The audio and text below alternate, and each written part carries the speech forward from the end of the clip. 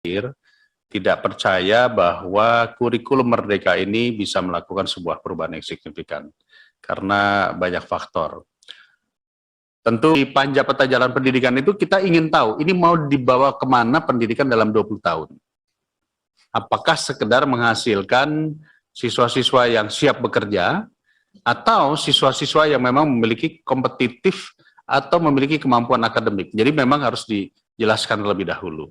Untuk umum, Bapak Ibu hadirin yang kami hormati, agenda RDPO hari ini adalah 1. Sinkronisasi regulasi kebijakan kurikulum darurat, kurikulum prototipe atau yang kemudian disebut kurikulum Merdeka dengan peraturan perundangan pendidikan yang ada.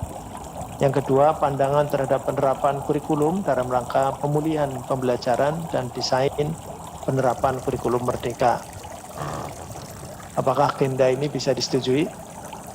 Setuju ya, Bu? Ya, saya sekedar menambah apa yang telah disampaikan oleh Pak Alfa.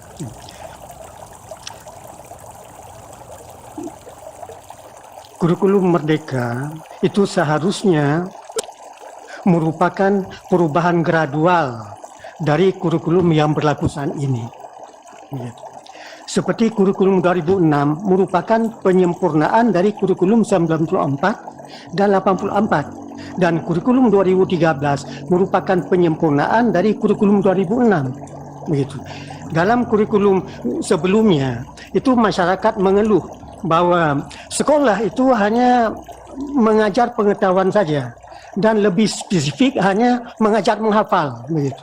Oleh karena itulah kurikulum 2013 itu mengeksplisitkan KI 1, KI 2, KI 3 dan KI 4.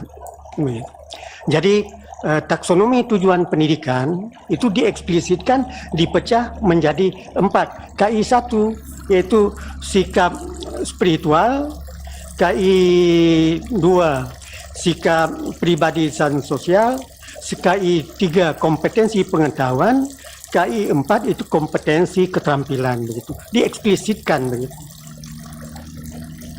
Kemudian dari perspektif lain kita melihat kurikulum Merdeka itu kembali kepada kurikulum sebelum 2006.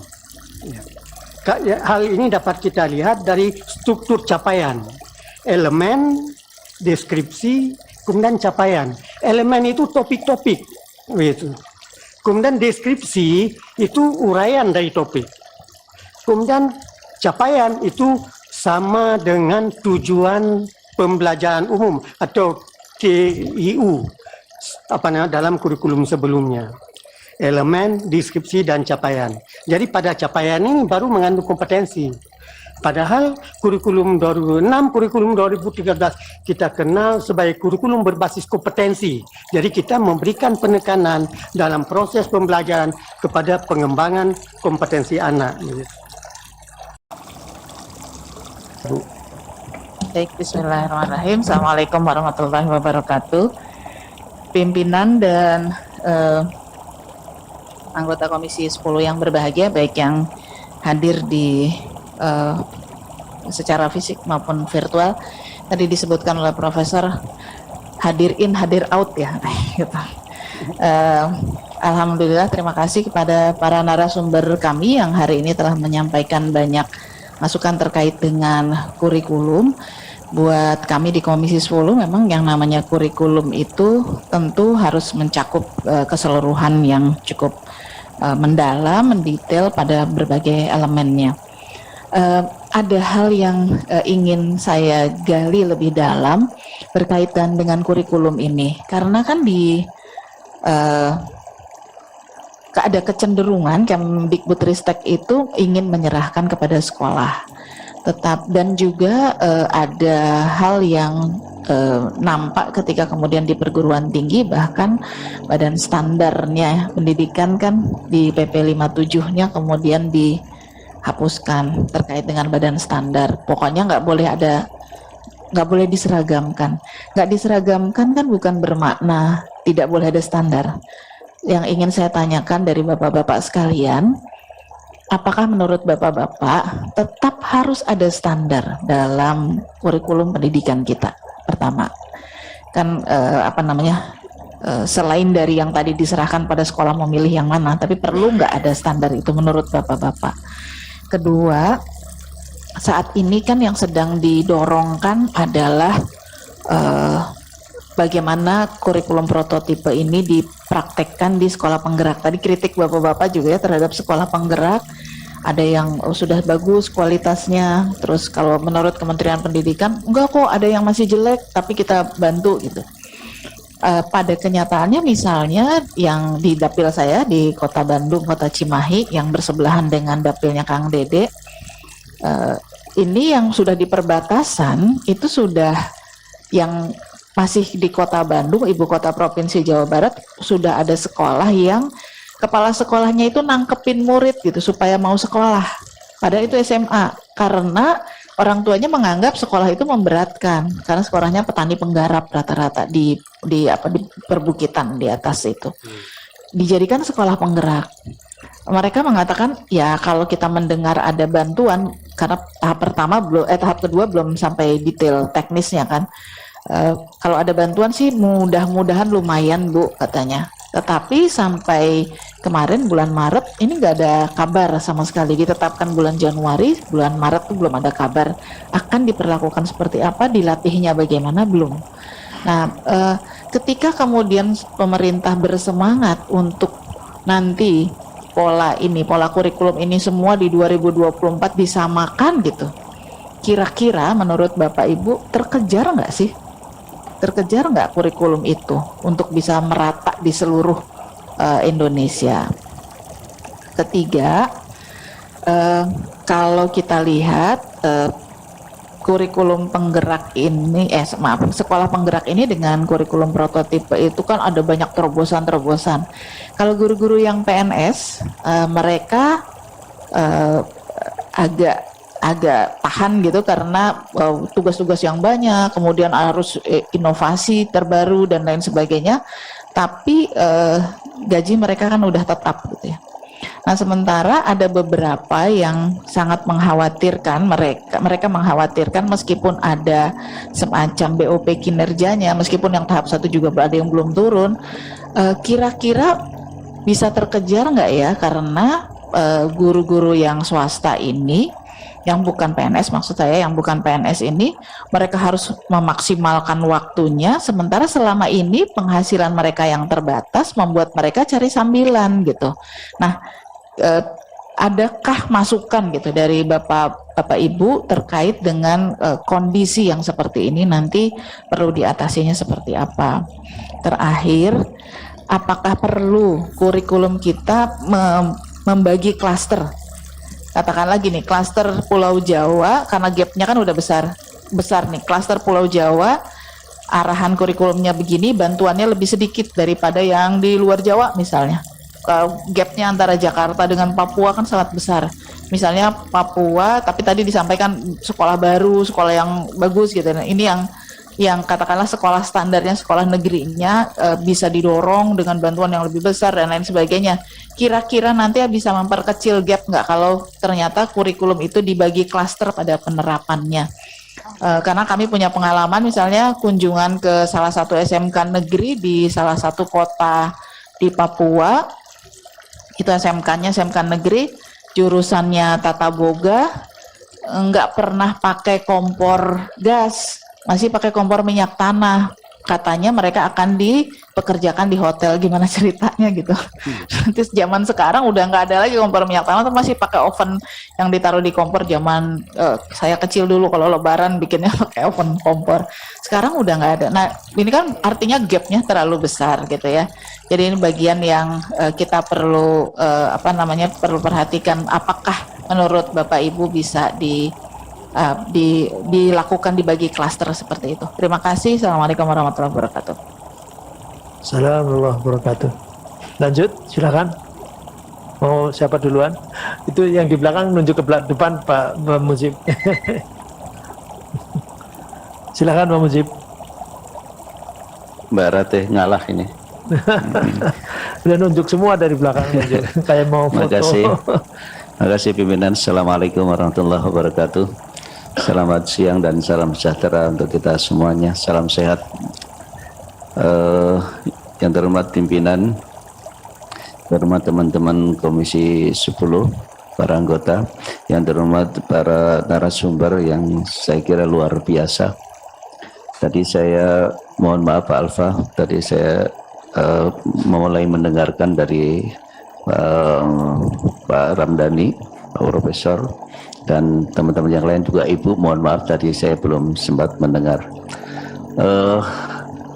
Dari apa yang saya dengar dari pandangan Bapak dan Ibu sekalian, saya kelihatannya berani menyimpulkan bahwa ini terjadi komunikasi yang kurang intens, kemungkinan juga sosialisasi yang kurang baik. Jika kurikulum ini adalah kebijakan, maka tentu landasan kebijakan itu tentunya harus sangat kuat sekali, termasuk infrastrukturnya, termasuk mungkin pendukung-pendukungnya, dan termasuk mungkin juga tujuan yang ingin dicapai itu sudah menjadi kesepakatan bersama. Sementara kebijakan yang sekarang ini tentunya adalah kebijakan dari orang yang pinter akan ketemu dengan orang yang akan menerima kebijakan juga orang pinter. Jangan dipandang bahwa yang punya kebijakan ini orang yang paling tahu, kemudian orang yang menyelenggarakan pendidikan yang akan menerima kebijakan itu adalah orang yang kurang tahu. Saya kira ini satu prinsip yang salah luar biasa. Oleh karena itu hari ini memperlihatkan betapa seimbangnya antara pemilik kebijakan dan penentu kebijakan dengan komunitas atau masyarakat yang akan menerima kebijakan tersebut. Itu yang pertama. Yang kedua adalah tadi banyak sekali yang menarik istilah-istilah, misalnya kalau ini kurikulum tentu salah satu yang harus menjadi pendukungnya adalah referensinya. Kalau istilah merdeka belajar, kalau merdeka betul, ada istilah Pak Ramdhani, ada istilah sekali merdeka, merdeka sekali. Ini yang menjadi luar biasa, dan akhirnya menjadi luar biasa, nggak jelas arahnya. Karena itu saya setuju dengan Pak Prof. Ramdhani tadi, mungkin istilah di NU-nya itu harus ada referensi yang muktabaroh gitu. Ada referensi yang diakui bersama dalam bingkai Negara Kesatuan Republik Indonesia. Ini menjadi salah satu yang sangat penting menurut saya. Jadi karena itu menjadi penting apa yang disindir oleh Pak Prof tadi, pentingnya ada satu referensi yang sama. Kemudian menarik lagi dari Pak Chandra bahwa kurikulum itu adalah sirkuit gitu Pak Ketua. Jadi kalau ini sirkuit, kira-kira pertanyaannya jika kebijakannya adalah apa istilahnya tadi supermarket kurikulum ya, supermarket kurikulum itu kira-kira lalu nyampainya beda-beda apa enggak Mas Pak Chandra? Kalau seandainya beda-beda tadi mau menggunakan yang kurikulum 13, monggo dengan segala keluasannya. Kemudian ada kurikulum yang darurat yang itu melakukan simplifikasi atau apalah istilahnya, penyederhanaan. Kemudian yang lalu satunya merdeka. Nah, kalau kemudian ujungnya di mana kira-kira kalau kita pakai tujuan pendidikan kita itu antara kualitas dan aksesibilitas itu harus sama, maka pertanyaannya adalah tentu ini tidak sama kalau akan pakai teori sirkuit tadi. Jadi mungkin ya tentang Mbak Rara juga gitu. Jadi kalau mungkin yang satu pembalapnya yang ini ada yang dari Indonesia, ya mungkin akan mendapatkan kesempatan yang terakhir dan sebagainya. Nah, itu semua saya ingin bertanya nih Pak Alfa dan Bapak Chandra, Pak dari Katolik, yang saya kira menarik sekali semuanya itu. Ini kok kayaknya semakin jelas bahwa pelibatan pemerintah kepada penyelenggara pendidikan itu kok relatif minim sekali ya. Nah, kalau ini kebijakan, menurut saya yang pertama kali bukan sosialisasi, Prof, Bapak-Bapak sekalian. Yang penting adalah yang pertama kali adalah kebenaran kebijakan itu. Kalau kebijakan itu, kebenaran kebijakan sudah teruji dan kemudian disepakati bersama, baru teori berikutnya adalah soal sosialisasinya. Karena memang negara kita luar biasa, Nusantara ini yang ada tadi disebut-sebut 3T dan sebagainya oleh Bapak dari Katolik tadi. Misalnya itu real seperti itu adalah soal sosialisasi. Kemudian baru lagi adalah soal kebijakan itu tentu harus based on kenyataan, misalnya tentang apa sarana prasarana yang dimiliki. Lebih-lebih adalah yang menjadi pijakan adalah guru-gurunya tadi, yang kondisinya seperti apa kalau dengan kurikulum yang seperti yang sekarang ini. Nah, pertanyaannya adalah karena kita ini objektif, tadi disebut-sebut Pak Chandra, kita tidak punya roadmap. Nah, kita mencoba kemarin karena nggak tahu pertimbangannya apa, karena mungkin banyak kritikan dan sebagainya, lalu dicoba untuk bikin roadmap. Tapi begitu bikin roadmap lupa. Roadmapnya itu tidak ada naskah akademiknya. Dan kemudian di dalam urutan tata perundang-undangan itu, ini adalah roadmap nanti produk hukumnya apa. Kalau ini produknya hukumnya apa, ini melompati terhadap undang-undangnya apa enggak. Lalu disadari ternyata bisa melompati undang-undangnya, karena itu kemudian beralih isunya menjadi isu untuk revisi terhadap Sisdiknas. Nah, ketika revisi Sisdiknas ini belum nyampe ke kita, itu sudah bocor juga kemana-mana. Lalu Ma'arif agak marah dikit, Mas Yanto, misalnya di madrasah nggak ada dan sebagainya dan sebagainya. Kita pun sendiri belum tahu itu betul apa enggak sih gitu. Apa itu test the water aja gitu kira-kira. Bikin kayak gitu-gitu misalnya seperti itu. Kita nggak ngerti kayak gitu. Nah, tapi bahwa itu penting ya, Pak Chandra, saya kira. Roadmap itu penting iya, karena kita 76 tahun alhamdulillah belum punya roadmap pendidikan gitu.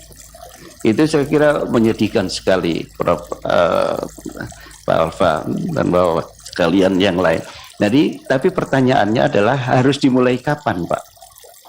Kalau kita tunda-tunda juga sudah. Tapi kalau misalnya dengan sekedar memulai tanpa pertimbangan yang matang, itu juga saya kira nanti ambruk lagi. Kalau itu nggak ada lagi, saya khawatir kita akan kembali pada teori waktu kecil itu, kita main-main di pinggir pantai, bikin apa namanya istana pasir, kemudian kita lengah sedikit kena angin, pure hilang. Nah, ini kayaknya akan balik kayak gitu.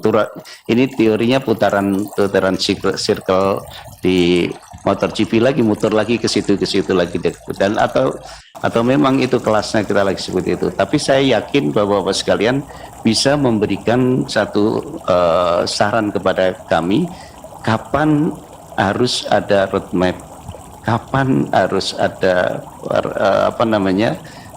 refleksi yang agak mendalam, kemudian kesimpulannya perlu dilakukan revisi terhadap undang-undang ini.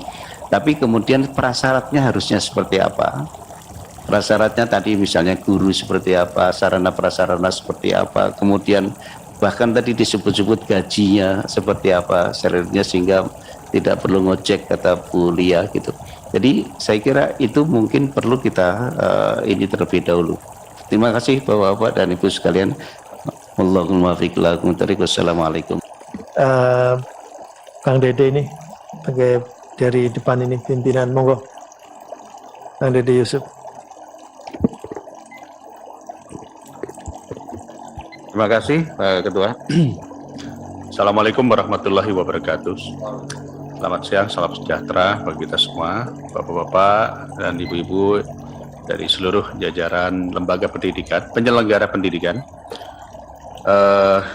Kalau mendengar dari narasi yang sudah disampaikan tadi, kelihatannya memang ada satu kesamaan, kurang lebih kesamaannya di sini, bahwa Bapak dan Ibu yang hadir tidak percaya bahwa kurikulum Merdeka ini bisa melakukan sebuah perubahan yang signifikan.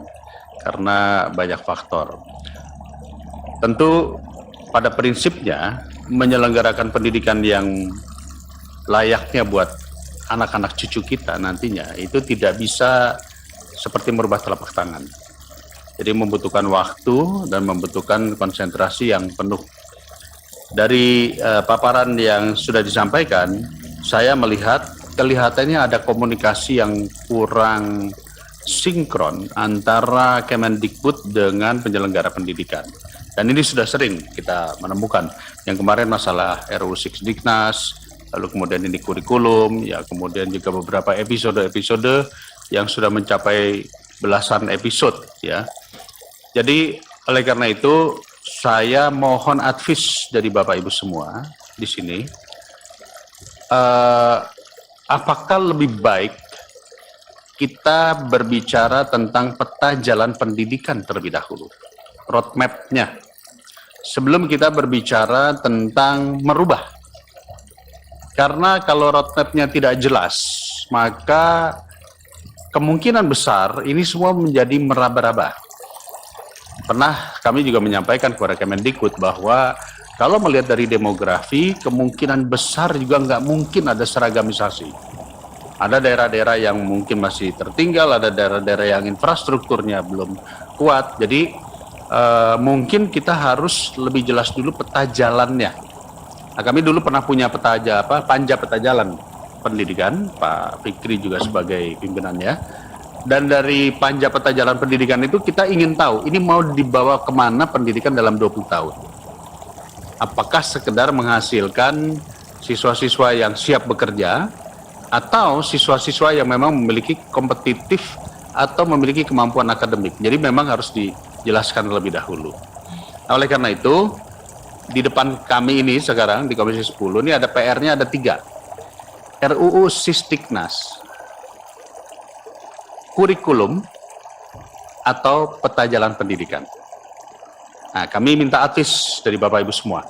Kira-kira yang mana dulu? Karena kalau pandangan kami, peta jalan pendidikan itu adalah kita mencapai sebuah titik temu dulu antara semua stakeholder pendidikan, baru kita berbicara kurikulum kah atau Sikdiknasnya. Itu yang pertama. Yang kedua, kira-kira mohon pandangan Bapak dan Ibu semua. Kita tersisa waktu di dalam periodisasi kabinet ini adalah 2 tahun. Apakah mungkin nanti kalau ada pergantian kabinet, ini akan berubah lagi dalam 2 tahun? Atau mungkinkah dalam 2 tahun ini tercapai kurikulum dalam sosialisasi yang kemudian bisa dilaksanakan di 2024? Itu aja pertanyaan kami. Mohon dijawab oleh Bapak dan Ibu semua. Terima kasih. Assalamualaikum warahmatullahi wabarakatuh. Waalaikumsalam warahmatullahi wabarakatuh. Itu beberapa yang sudah hadir dan memberi